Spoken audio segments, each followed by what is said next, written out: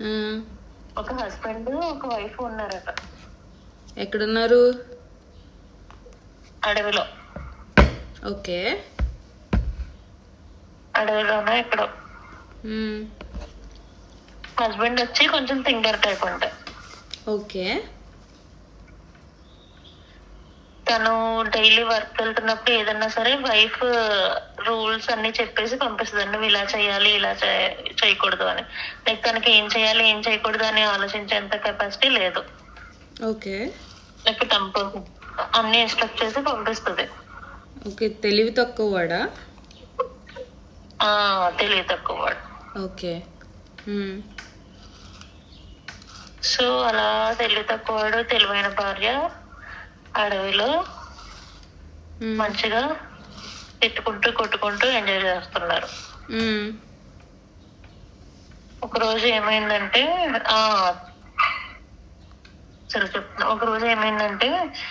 వండుకోవడానికి ఆయిల్ అయిపోయిందంట. సో తెలివి తక్కువ హస్బెండ్ ని నూనె తెమ్మని పంపించింది. ఓకే. తెమ్మని పంపిస్తూ నువ్వు నూనె ఎంత వేసాడో అంతే తీసుకురావడం కాదు, కొసరు కూడా అడిగి తీసుకురా అందంట. ఓకే. కొసరు కూడా అడిగి తీసుకురా అంటే వాడు మర్చిపోతాడేమో అని వాడు అనుకుంటూ వెళ్ళాడు. కొసరే తీసుకొస్తాడు వెళ్ళి? లేదు, ఒక బౌల్ ఇస్తుంది. అంటే కూరగిన్నె ఉంటది కదా, కింద కరువు లాగా పైన ఎక్కువ ప్లేస్ ఉంటాయి మన గిన్నెలో. అలాగా కూరగిన్నెతో వాడు వెళ్ళి ఆయిల్ పోయించుకుంటాడు. ఓకే. ఆయిల్ పోయించుకున్న తర్వాత వీడు అదే వాళ్ళ వైఫ్ చెప్పింది కదా కొసరు కూడా తమ్మని, నూనె పోయించేసుకున్నాక గుర్తొచ్చింది, అవును మా ఆవిడ కొసరు కూడా అడిగింది అని. తెలివి తక్కువ హస్బెండ్ కదా, వాడు ఏం చేశాడంటే కొసరు వేయించుకోవడానికి గిన్నె లేదని చెప్పేసి ఈ గిన్నెలంతా పంపేశాడా? గిన్నె తిరిగేసి కొసరు వేయించుకున్నాడు. ఇది నాకు ఇంకా ఎపిక్ ఉందిగా. గిన్నె తిరిగేసి కొసరు వేయించుకున్నాడు. So smart.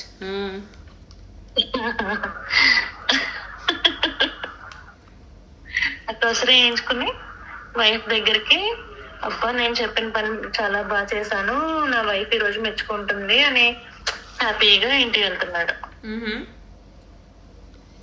వాళ్ళ వైఫ్ చూసి ఏది నూనె ఏది అంటే, ఇదిగో అసలుతో పాటు కొసరు కూడా తెచ్చానని చెప్పి ఇచ్చారు. వైఫ్ రియాక్షన్ ఏంటి?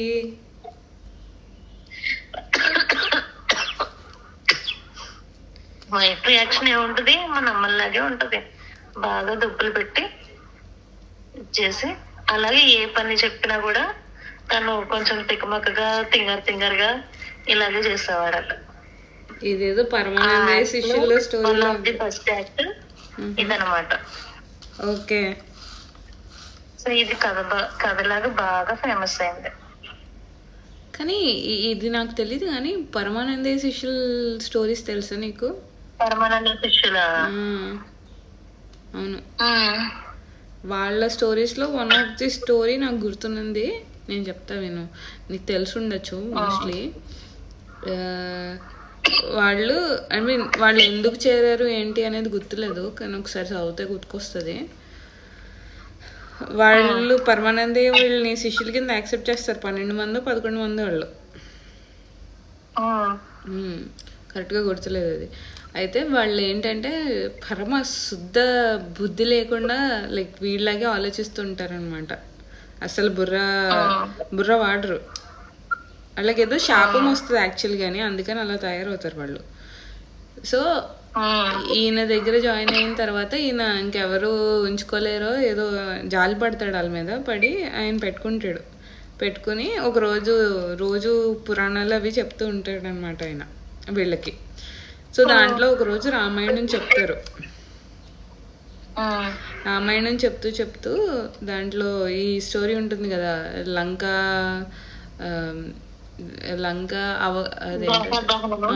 దహనం, ఎగ్జాక్ట్లీ ఆ స్టోరీ గురించి చెప్తారు. అప్పుడు చెప్పి వాళ్ళు ఏం చెప్తారంటే, ఆయన హనుమంతుడు చెప్పిన పని ఆయనకి చెప్పిన పని ఏంటి, సీతగా అక్కడ ఉందా లేదా సేఫ్గా చూసి రమ్మని చెప్తారు.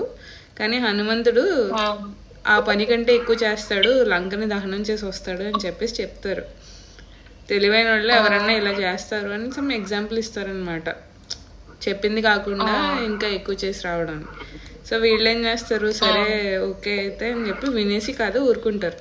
ఆ తర్వాత పరమానందే వాళ్ళ వైఫ్ వర్షం పడేలా ఉంది, బట్టలు తీసుకుని రండిరా పైకి వెళ్ళి అని చెప్తుంది, ఆరబెట్టిన బట్టలు. వాళ్ళు పైకి వెళ్ళి సరే బట్టలు తీసుకుని రమ్మనే చెప్పారు కదా, మన పరమానందయ్య గారు చెప్పినట్టు ఈ పని చేస్తే మనకి జస్ట్ ఓకే అంటారు, సో దీన్ని ఎక్కువ చేద్దాం మనం కూడా హనుమంతుడిలాగా ఆలోచిద్దాం అని చెప్పేసి వాళ్ళు ఆ క్లోత్స్ని తగలబెట్టేస్తారు.